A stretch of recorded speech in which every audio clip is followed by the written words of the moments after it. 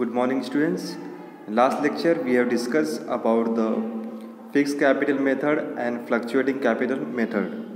In this lecture we are going to see partnership final account. Okay, we already finished our first part, introduction to partnership. Okay, now in this lecture we are going to see partnership final account.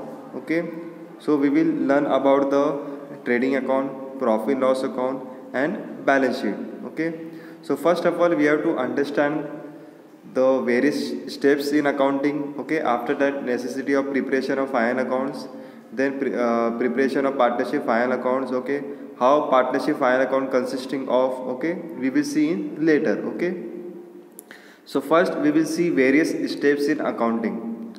So whenever you are doing accountancy, so you have to start always from preparation of journal, okay, or subsidiary books. Okay, journal is the first steps in bookkeeping and accountancy. Okay, it is the primary stage, it is the initial stage where you can start your accounting.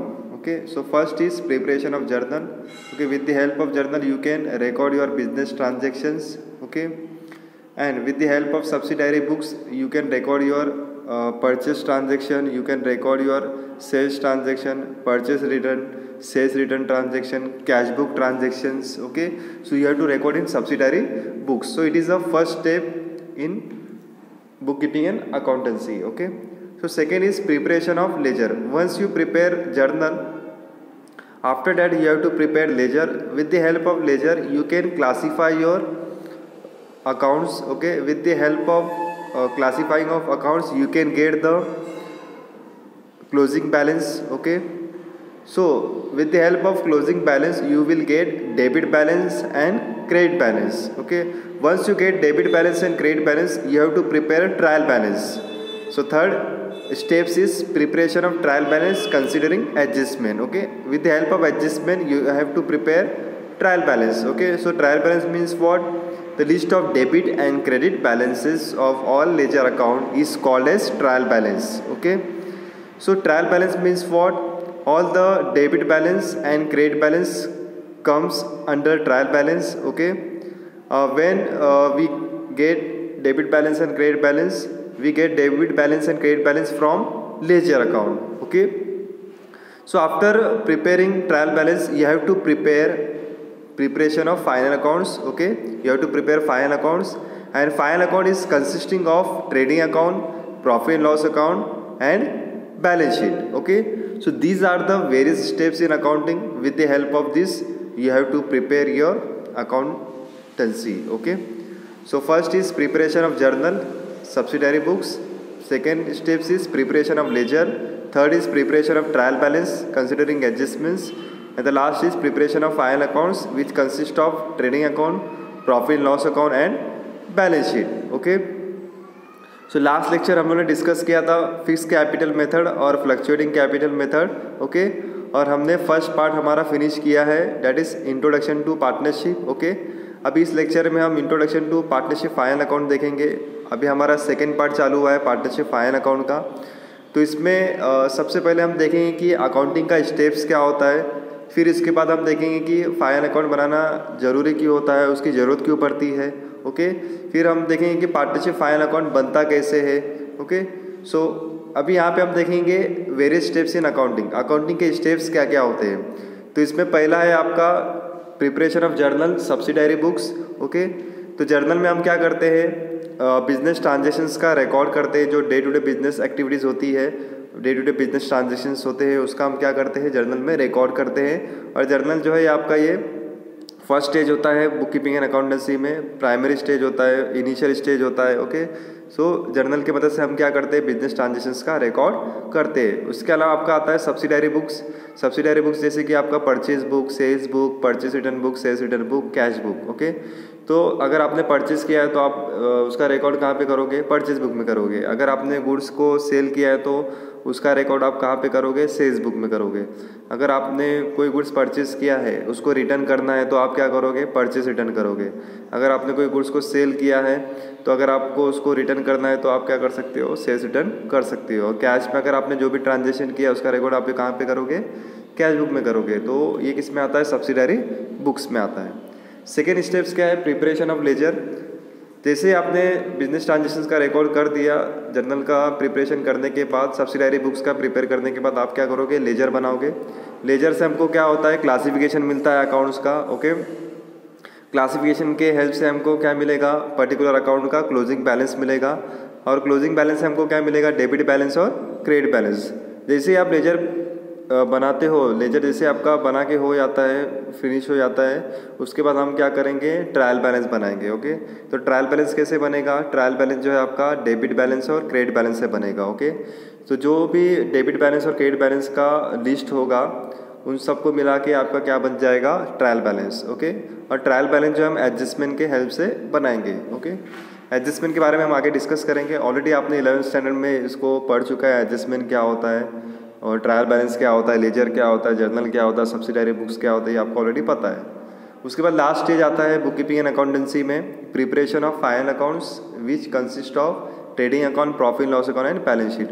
Last stage क्या होता है आपका accounting में, final account, okay. तो final account जो है आपका कैसे प्रिपेयर होता है, trading account, profit loss account और बैलेंस शीट के वजह से, okay. So as per Income Tax Act 1961, financial year start on 1st April and ends on 31st March every year. You already aware about that. Last year you already studied about the financial year, okay. Your financial year is always start from 1st April and ends on 31st March every year, okay. So according to this year, according to this financial year, you have to prepare your final account. If you not prepare according to this financial year, so your preparation of accounting will not be considered as per Income Tax Act 1961. Now move on to necessity of preparation of final accounts, okay. अभी final account बनाने की जरूरत क्यों है, okay. सो यहाँ पे पहला point दिया है, to find out the gross profit और gross loss incurred during the year. During the year में जो आपको ग्रॉस प्रॉफिट होता है या ग्रॉस लॉस होता है, उसको फाइंड आउट करने के लिए हम क्या करते हैं, फाइनल अकाउंट को बनाते हैं। ग्रॉस प्रॉफिट जो है आपका फाइनल प्रॉफिट नहीं होता है, ये आपका मैन्युफैक्चरिंग या प्रोडक्शन डिपार्टमेंट से जो आपको प्रॉफिट मिलता है वो आपका क्या होता है, ग्रॉस प्रॉफिट होता है, ओके। ये फाइनल नहीं होता है, क्योंकि ग्रॉस प्रॉफिट के बाद आपका जो नेक्स्ट स्टेप रहेगा वो नेट प्रॉफिट रहेगा, ओके। नेट प्रॉफिट आपका फाइनल प्रॉफिट होता है। तो सेकेंड स्टेप क्या है, to find out the net profit और net loss of the business. तो जैसे मैंने अभी डिस्कस किया था कि प्रोडक्शन जो है आपका फाइनल प्रॉफिट नहीं होता है, प्रोडक्शन से जो निकला हुआ प्रॉफिट है वो फाइनल प्रॉफिट नहीं रहेगा, वो आपका इनिशियल प्रॉफिट रहेगा। तो ग्रॉस प्रॉफिट के बाद आपको क्या होता है, नेट प्रॉफिट। तो नेट प्रॉफिट आपको कैसे मिलेगा, जैसे कि आपने मैन्युफैक्चरिंग किया, मैन्युफैक्चरिंग से आपको प्रॉफिट मिला, फिर उसके बाद आप ऑफिस एंड एडमिनिस्ट्रेशन देखोगे, सेलिंग एंड डिस्ट्रीब्यूशन एक्सपेंसेस देखोगे, ओके, फाइनेंशियल एक्सपेंसेस देखोगे, उसके अलावा अदर एक्सपेंसेस देखोगे। उसके बाद जो आपको प्रॉफिट मिलेगा वो आपका फाइनल प्रॉफिट होगा, बराबर। उसमें आपको इनकम भी हो सकता है, ओके। तो आपको उसमें फाइनल प्रॉफिट मिल जाएगा, जिसको हम बोलते हैं नेट प्रॉफिट या नेट लॉस। थर्ड है to know the financial position of the business at the end of every year. Final account के मदद से आपको फाइनेंशियल पोजीशन पता चलता है बिजनेस का, okay. Financial position means what, total current assets, current liabilities, okay, your fixed assets, fixed liabilities, that is liabilities and assets. So liability and assets means what, balance sheet, okay. Financial position we will see from the balance sheet. Balance sheet is consisting of liability and assets, okay. So with the help of final account you can know that liabilities and assets of the business. So liability and assets is your financial position, okay. Balance sheet is your financial position. So at the every year you will get the financial position of the business. Next is to find out the amount of debtors and creditors, okay. With the help of final account you can easily know how much amount we should receive from debtors and how much amount we should owe to creditors, okay. मतलब final account के बनाने से हमको पता चलेगा कि debtor से कितना पैसा लेना है और क्रेडिटर को कितना पैसा देना है। And fifth is to prepare various accounts for future planning, okay. Future planning के लिए भी हम क्या करते हैं, फाइनल अकाउंट को प्रिपेयर करते हैं ताकि हम एस्टिमेशन कर सके, ताकि हम बजटिंग कर सके फ्यूचर में प्लानिंग करने के लिए। Six is to find the sources and application of funds. Final account की मदद से हम क्या कर सकते हैं, सोर्सेज फाइंड आउट कर सकते हैं। ओके, सोर्सेज मीन्स व्हाट, किस तरह हम फंड्स को जो है कंपनी के अंदर लेके आ सकते हैं, पार्टनरशिप फॉर्म में फंड्स को कैसे हम लेके आ सकते हैं, जैसे कि हम लोगों ने एसपी में डिस्कस किए थे। सोर्सेज क्या होते हैं आपके, 2 टाइप के सोर्सेज होते हैं, जैसे कि ओन कैपिटल होता है और बोरोड कैपिटल होता है। Own capital means what, equity share capital, preference share capital, reserves and surplus. And borrowed capital means what, डेब्ट capital, that is debentures, loan. Okay, so these are comes under debt capital. Okay, so with the help of final account we can easily know the sources of funds. After getting funds we have to apply that funds. Okay, with the help of final account we can easily apply funds. उस funds को हम क्या कर सकते हैं, business में apply कर सकते हैं। ओके, तो नेक्स्ट 7 पॉइंट है to find out the value of goodwill for the purpose of reconstruction of firm. Okay, तो फाइनल अकाउंट की मदद से हमको जो है गुडविल का पता चलता है, गुडविल का वैल्यू क्या है, उसके मदद से हम क्या कर सकते हैं, फर्म को रिकंस्ट्रक्ट कर सकते हैं, फर्म को फिर से हम क्या कर सकते हैं, उसमें कंस्ट्रक्शन कर सकते हैं, फिर से हम फर्म के अंदर बदलाव लेके आ सकते हैं। ओके, रिकंस्ट्रक्शन मीन्स व्हाट, उसके अंदर हम पार्टनरशिप फर्म में भी चेंजेस ला सकते हैं, पार्टनर्स में भी चेंजेस ला सकते हैं। ओके, और हमको ये पता चलेगा कि एक्सपेंडिचर क्या है। सो लास्ट है to calculate various taxes of firms like income tax act etcetera. So last में आपको टैक्सेस के बारे में पता चलेगा। At the end of year आपको पता चलेगा कि आपको कितना टैक्स पे करना है। ओके, इनकम टैक्स के अलावा आपका सेल्स टैक्स भी आता है, सर्विस टैक्स भी आता है, और यहाँ पे इन्होंने एग्जांपल के लिए इनकम टैक्स दिया हुआ है। ओके, तो फाइनल अकाउंट के मदद से हम क्या कर सकते हैं, हम हमारा टैक्स लायबिलिटी फाइंड आउट कर सकते हैं। तो इन सब पॉइंट्स से हमको ये पता चला कि फाइनल अकाउंट बनाना ज़रूरी क्यों है और हमको फाइनल अकाउंट बनाने की ज़रूरत क्यों पड़ती है। तो आई होप आपको ये समझ में आया रहेगा। I hope you understand this. Okay, why we prepare final account, why it is necessary for us. Okay, now we will see how to prepare partnership final account. Okay, so in partnership final account you have to prepare, first you have to prepare trial balance. Okay, already I have discussed about the trial balance in above point, that trial balance means what, all the list of debit balance and credit balance of ledger account, that is called as trial balance. Okay, so we have to prepare final account each and every year at the end of the financial year. Okay, so final account we can prepare with the help of trial balance. Okay, तो trial balance की मदद से हम क्या करते हैं, final account को बनाते हैं। जैसे कि मैंने ऊपर आपको डिस्कस किया था कि ये ट्रायल बैलेंस का मतलब क्या होता है कि list of debit balance and credit balance of all ledger account, तो उसको हम ट्रायल बैलेंस बोलते हैं। तो ट्रायल बैलेंस की मदद से हम क्या करते हैं, फाइनल अकाउंट को प्रिपेयर करते हैं। और फाइनल अकाउंट जो है आपका eight the end of every financial year होता है। ओके, तो हर फाइनेंशियल ईयर के एंड में आपको क्या करना होता है, फाइनल अकाउंट को प्रिपेयर करना पड़ता है। तो इसमें पहला जो पार्टनरशिप फाइनल अकाउंट जो प्रिपेयर होता है वो किसके थ्रू होता है, ट्रेडिंग अकाउंट के थ्रू। ओके, तो ट्रेडिंग अकाउंट में क्या क्या होता है वो हम देखेंगे।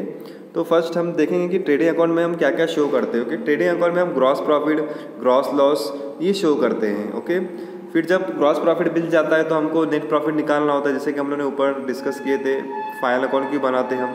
तो पहले तो हम ग्रॉस प्रॉफिट फाइंड आउट करने के लिए प्रिपेयर करते हैं, फिर उसके बाद नेट प्रॉफिट या नेट लॉस हम फाइंड आउट करने के लिए प्रिपेयर करते हैं। ओके, तो ग्रॉस प्रॉफिट और ग्रॉस लॉस जो है वो आपको ट्रेडिंग अकाउंट से पता चलता है। ओके, फिर उसके बाद आता है आपको प्रॉफिट लॉस अकाउंट। तो प्रॉफिट लॉस अकाउंट से आपको क्या पता चलता है, नेट प्रॉफिट और नेट लॉस।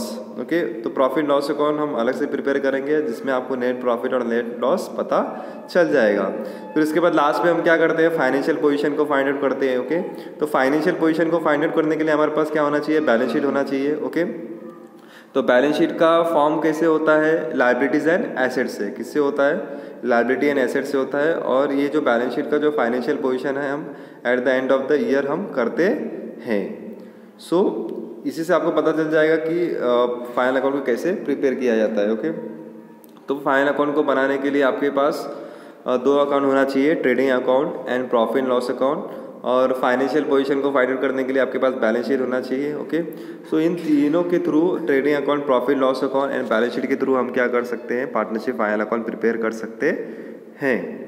सो अभी पार्टनरशिप फाइनल अकाउंट में आपका पहला पार्ट है ट्रेडिंग अकाउंट। ओके, अभी ट्रेडिंग अकाउंट का मीनिंग देखेंगे हम। Trading account is a nominal account. Okay, trading account is a nominal account Trading account is open in the trading organization for the purpose to find out the gross profit or gross loss incurred during the year.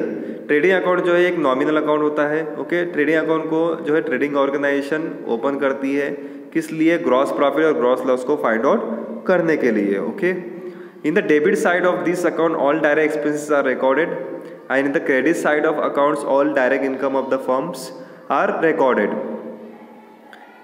इस account के debit side में जो है direct expenses को record किया जाता है और क्रेडिट साइड में जो है डायरेक्ट इनकम को रिकॉर्ड किया जाता है. If the trading accounts credit side is more than debit side then account shows the gross profit and vice versa. If the trading accounts credit side is more than debit side then you will get gross profit. If the trading accounts debit side is more than the credit side then account shows gross loss. अगर trading account का credit side debit side से ज़्यादा है तो आपको gross profit मिलेगा. अगर trading account का डेबिट साइड क्रेडिट साइड से ज़्यादा है तो आपको क्या मिल जाएगा? Gross loss. ओके, अगर आपको अंडरस्टैंडिंग में दिक्कत हो रही है या प्रॉब्लम हो रहा है तो आप क्या कर सकते हो, इस वीडियो को जो है जो लेक्चर आपका रिकॉर्ड हुआ है इसको आप रिपीट करके देख सकते हो. अब अगर फिर भी एक बार आपको समझ में नहीं आया तो आप दूसरी बार भी कर सकते हो, दूसरी बार भी समझ में नहीं आया तो आप तीसरी बार भी कर सकते हो. तो मतलब ये आपके ऊपर डिपेंड करता है, आप इसको कितने बार भी देख सकते हो. ओके, तो अगर आपको ये समझ में नहीं आता है तो आप क्या कर सकते हो, रिपीट करके इसको देख सकते हो तो आपको ईजिली समझ में आ जाएगा. ओके, ये आपके लिए काफ़ी बेस्ट एडवांटेजेस है ताकि इस वीडियो का आप यूटिलाइज़ कर सको. क्योंकि ऑफलाइन जब हम फेस टू फेस क्लासरूम में रहते तो हम रिपीट नहीं कर सकते, बट ऑनलाइन लेक्चर्स में क्या होता है कि ये लेक्चर्स रिकॉर्ड हो जाते हैं तो ये आपके लिए बेनिफिट होता है, तो आप इसको कभी भी देख सकते हो. ओके, तो इस लेक्चर को आप रिपीट अगर देखते हो तो आप कभी नहीं भूलोगे, ये गारंटी है. Okay, the gross profit or loss is transferred to profit and loss account. Once you get gross profit or gross loss, then you have to transfer this profit to profit and loss account. So in final account, your first step is trading account and second step is profit and loss account and third step is balance sheet. Okay, so with the help of trading account you can find out gross profit or gross loss. Once you find out the gross profit or gross loss, you have to transfer this gross profit or gross loss to profit and loss account. Okay, so according to J.R. Batley-Boy, the trading account indicates the result of buying and selling of goods while preparing this account. Okay, the general establishment charges are ignored and only the transaction related to goods are included. Okay, so J.R. बाटली क्या बोलते हैं, इन्होंने define किया है trading accounts को कि trading account जो है हमको रिजल्ट बताता है किसका, जो हम गुड्स को बाइंग करते हैं या सेल करते हैं तो सेलिंग करने के टाइम पे गुड्स एंड सर्विसेज को बाइंग और सेलिंग करने के टाइम पे जो एक्सपेंसेस होगा या जो इनकम होगा तो उसके मदद से हमको क्या मिलेगा, ग्रॉस प्रॉफिट या ग्रॉस लॉस मिल जाएगा. लेकिन यहाँ पे हम जनरल चार्जेस को हम यहाँ पे इग्नोर करते हैं. ओके, सिर्फ गुड्स से रिलेटेड जो एडजस्टमेंट रहते हैं या जो ट्रांजैक्शन रहते हैं उसको हम क्या करते हैं, इंक्लूड करते हैं. उसके बाद क्या है, अभी हम फॉर्मेट देखेंगे कि ट्रेडिंग अकाउंट का फॉर्मेट कैसे होता है. ओके, विदाउट फॉर्मेट जो है आप ट्रेडिंग अकाउंट को सॉल्व नहीं कर सकते हैं. ओके, ट्रेडिंग अकाउंट को सॉल्व करने के लिए आपके पास क्या होना चाहिए, फॉर्मेट होना चाहिए. ओके, तो ये हम फॉर्मेट को पहले समझेंगे. फॉर्मेट को समझने के बाद मैं आपको असाइनमेंट दूंगा कि आपको जो है इसको बाहर करना है, इस फॉर्मेट को. पहले तो हम इसको समझेंगे, समझने के बाद आपको क्या करना पड़ेगा, इसको बाहर करना पड़ेगा. ओके, बाहर करना जरूरी है क्योंकि विदाउट इसको समझे हुए, विदाउट इसको बाहर किए हुए आप जो है फाइनल अकाउंट को सॉल्व नहीं कर सकते. So you have to by heart this, you have to go through this, you have to understand this format. Okay, without this format you cannot prepare a final account because in final account it is the first steps. Okay, so now we will see the debit side.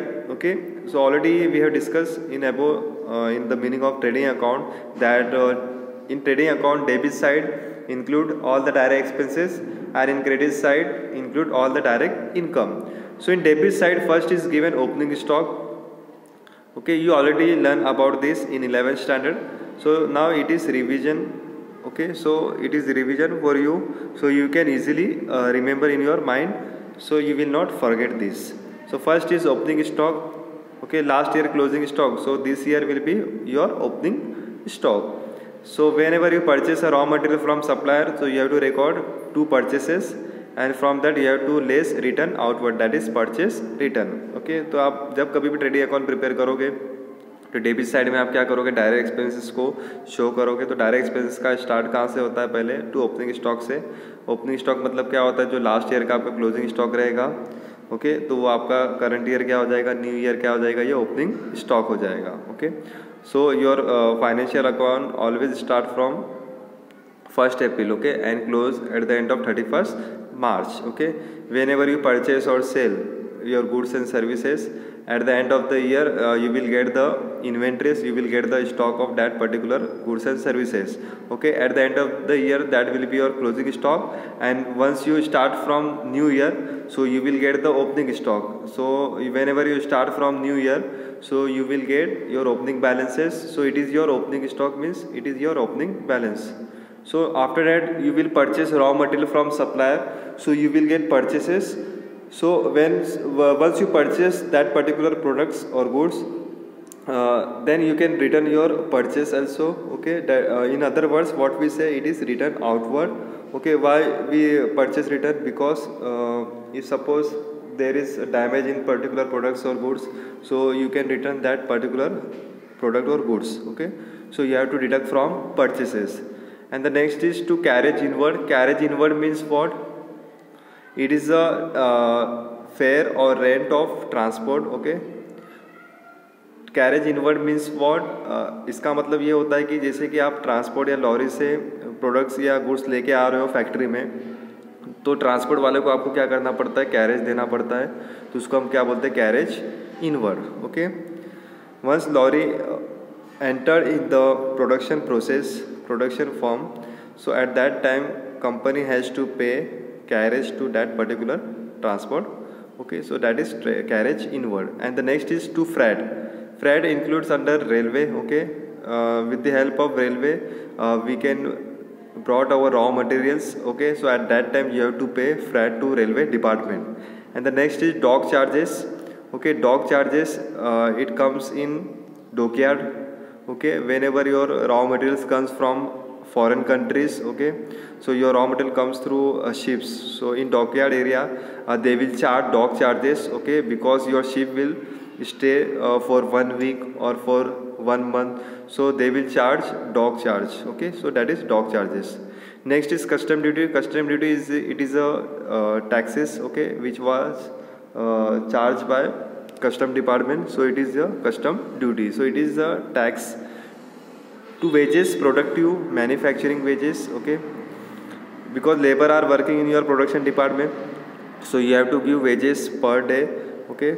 So that is wages productive. Manufacturing wages, it comes under also production department, okay. So manufacturing it is also wages. To wages and salary, wages which is given to labor and salary which is given to employees, okay. So wages we are giving per day or per month, and salary we are giving per month. Next is to import duty. Import duty, whenever you goods import from foreign countries, so you have to pay import duty, okay. And the next is to coal, coke, gas, motive power, oil, water, grease, etc. Okay, you can purchase coal, okay, coke, gas, motive power, oil, water, grease, all this stuffs, okay. With the help of this you can make your products, so it is your direct expenses.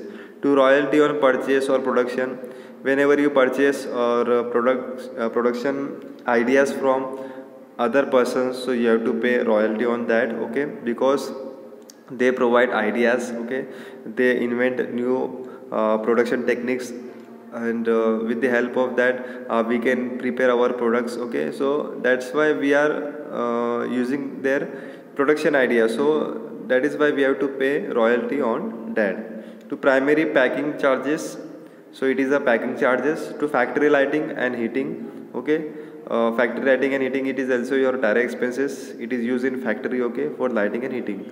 Factory rent and taxes, rent and rates, okay. Once you purchase your factory, so it is your own factory, but if you are doing your business on rent, then you have to pay rent and rates, okay. So factory insurance, you have to make insurance also, okay, because you are storing your goods and services, okay.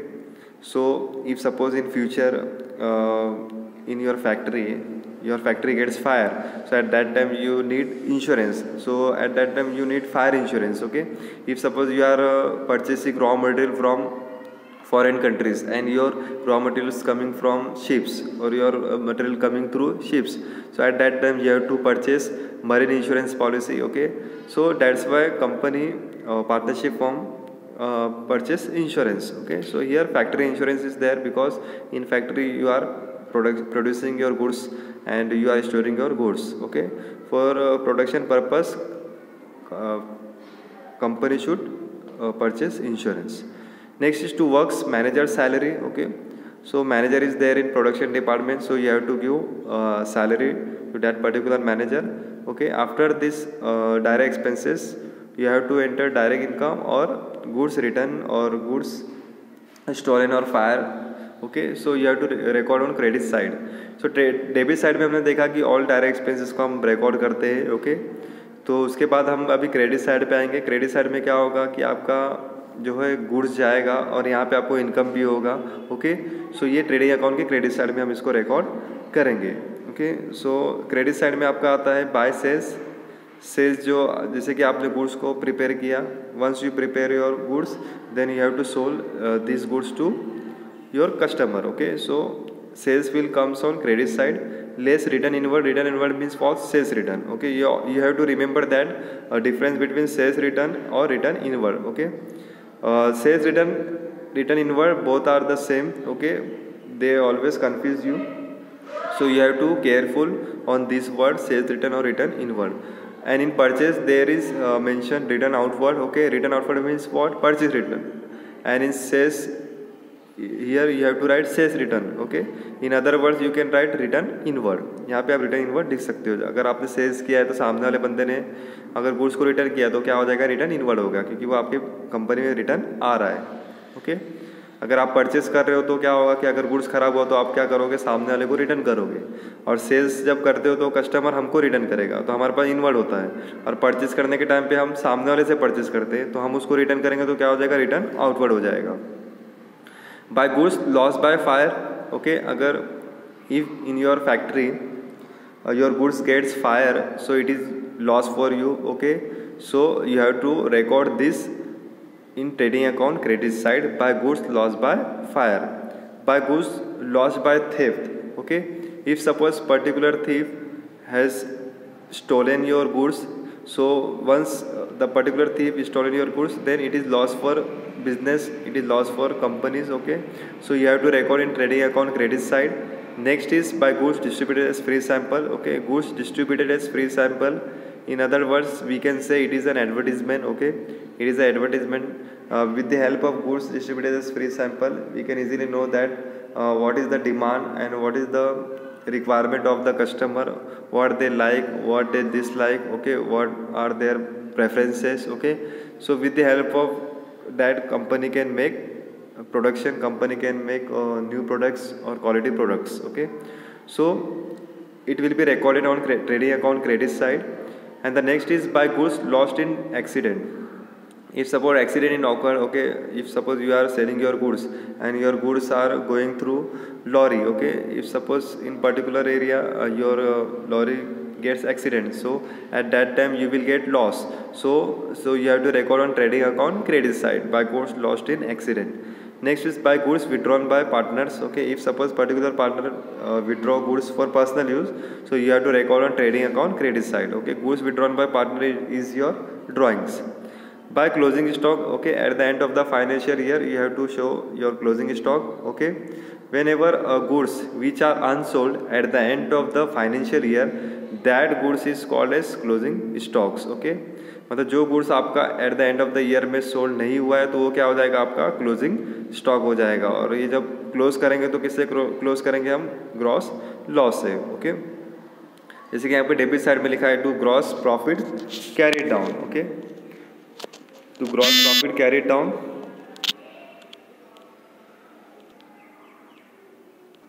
तो यहाँ पे क्या लिखा है? Debit side में to gross profit carried down, और credit side में क्या लिखा है? By gross loss carried down. Okay, so अभी ग्रॉस प्रॉफिट यहाँ पे डेबिट साइड में लिखा है to gross profit carried down, और क्रेडिट साइड में लिखा है ग्रॉस लॉस कैरिड डाउन। तो इस कंसेप्ट का भी हम समझेंगे कि ग्रॉस प्रॉफिट डेबिट में क्यों है, ग्रॉस लॉस क्रेडिट में क्यों है। ओके, तो अभी यहाँ पे ध्यान दो, अभी ग्रॉस प्रॉफिट जो है यहाँ पे डेबिट में दिया हुआ है। ओके, जैसे कि अभी हमने डिस्कस किया था कि ट्रेडिंग अकाउंट के डेबिट साइड में हम क्या शो करते हैं, डायरेक्ट एक्सपेंसेस। ओके, यहाँ पे क्या आता है आपका, डायरेक्ट एक्सपेंसेस आता है। ओके, और यहाँ पे क्या आता है आपका, ये देखो ये ग्रॉस लॉस से यहाँ पे लोगों ने क्लोज किया, तो यहाँ पे क्या आएगा आपका, डायरेक्ट इनकम आएगा। ओके, यहाँ पे आपका डायरेक्ट इनकम आएगा।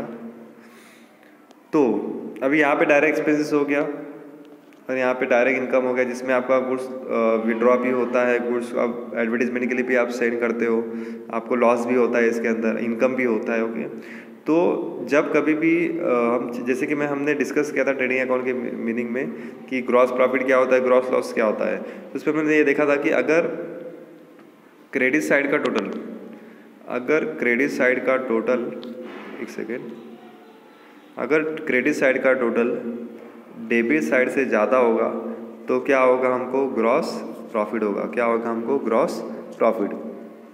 If credit side is more, if credit side is more as compare to debit side, then you will get gross profit. Understood? अगर आपको समझ में नहीं आ रहा है तो आप क्या कर सकते हो, इसको रिपीट करके आप देख सकते हो, आप उसको पॉज करके देख सकते हो, इसका मतलब क्या होता है। फिर से एक बार समझाता हूँ कि अगर क्रेडिट साइड का टोटल ज़्यादा है as compare to debit side, तो उसको हम क्या बोलेंगे, ग्रॉस प्रॉफिट बोलेंगे। क्या बोलेंगे हम उसको, gross profit. If debit side is more, if debit side is more as compare to credit side, then you will get gross loss. What? You will get gross loss. If your debit side is more as compared to credit side, then you will get gross loss. Okay? अगर आपका debit side ज़्यादा है as compare to credit side, तो आपको क्या मिल जाएगा, gross loss मिल जाएगा। क्या मिल जाएगा, ग्रॉस लॉस। आया समझ में? अभी अब हम ये देखें कि ग्रॉस प्रॉफिट आपका डेबिट बैलेंस होता है कि क्रेडिट बैलेंस होता है। ओके, सो इसके बारे में हमने 11th स्टैंडर्ड में ऑलरेडी स्टडी कर चुके हैं, पढ़ चुके हैं। ओके, तो फिर से आपका रिवीजन होगा। अगर आपका ये क्रेडिट साइड ज़्यादा है as compare to debit side, तो उसको हम क्या बोलेंगे, क्रेडिट बैलेंस। क्या बोलेंगे हम उसको, क्रेडिट बैलेंस। अगर आपका क्रेडिट साइड डेबिट साइड से ज़्यादा है तो हम उसको क्या बोलेंगे, क्रेडिट बैलेंस। क्या बोलेंगे हम उसको, क्रेडिट बैलेंस। और अगर आपका डेबिट साइड क्रेडिट साइड से ज़्यादा है तो हम उसको क्या बोलेंगे, डेबिट बैलेंस। क्या बोलेंगे हम उसको, डेबिट बैलेंस। आया समझ में? ओके, अगर आपका ये जो डेबिट बैलेंस है वो क्रेडिट साइड से ज़्यादा है तो क्या हो जाएगा, वो डेबिट बैलेंस हो जाएगा। क्या हो जाएगा, वो डेबिट बैलेंस हो जाएगा। ओके, तो अभी ये जो ग्रॉस प्रॉफिट है ये आपका क्या है, क्रेडिट बैलेंस है। क्या है ये आपका, क्रेडिट बैलेंस। क्रेडिट बैलेंस क्यों है, क्योंकि क्रेडिट साइड ज़्यादा है as compare to debit side, तो इसीलिए क्या हो गया, ये क्रेडिट बैलेंस हो गया। ओके, तो अभी ये यहाँ पे डेबिट में दिया है तो प्रॉफिट लॉस अकाउंट में कहाँ पे जाएगा, ये क्रेडिट साइड में जाएगा। कहाँ पे जाएगा, ये क्रेडिट साइड में। और दूसरा यहाँ पे ग्रॉस लॉस दिया हुआ है। ओके, ये ग्रॉस लॉस दिया हुआ है, ये कहाँ पे जाएगा, डेबिट साइड में जाएगा। बट यहाँ पे कहाँ दिया है, क्रेडिट में दिया है। लेकिन जब इस ग्रॉस लॉस को हम प्रॉफिट लॉस अकाउंट में ट्रांसफर करेंगे ना, तो वो कहाँ पे जाएगा, वहाँ पे डेबिट में जाएगा। डेबिट में क्यों जाएगा, क्योंकि ये डेबिट बैलेंस है। क्या है, ये डेबिट बैलेंस है। आपको ये क्रेडिट में दिख तो रहा है लेकिन एक्चुअल में है क्या, ये डेबिट बैलेंस है। अब ये डेबिट बैलेंस क्यों है, क्योंकि जैसे हम लोगों ने डिस्कस किया था कि डेबिट का टोटल ज़्यादा रहेगा एज कम्पेयर टू क्रेडिट, तो क्या मिल जाएगा आपको, ग्रॉस लॉस। तो ये क्या हो गया, आपका डेबिट बैलेंस हो गया। क्या हो गया, ये आपका डेबिट बैलेंस हो गया। So I hope you understand the format of trading account. Okay, here some information is given about the combined terms of wages and salary. Okay, so when the items wages and salary is given in which wages are appearing first, it should be transferred to trading account debit side. Okay, it is very important. Okay, you have to remember these 2 points. Okay, it is very important. So first is, once wages and salary is given in in trading account, so you have to write in trading account debit side. Okay, जब कभी भी wages and salary दिया रहेगा और उसमें wages का appearing पहला रहेगा, मतलब वेजेस फर्स्ट अगर आपको दिखाई दे रहा है तो आपको कहाँ पे शो करना है उसको, ट्रेडिंग अकाउंट के डेबिट साइड में। ओके, जैसे कि यहाँ पे दिया है ना, ये टू वेजेस एंड सैलरी जो दिया है, तो जब कभी भी वेजेस पहले आएगा तो वो कहाँ पे जाएगा, ट्रेडिंग अकाउंट के डेबिट साइड में।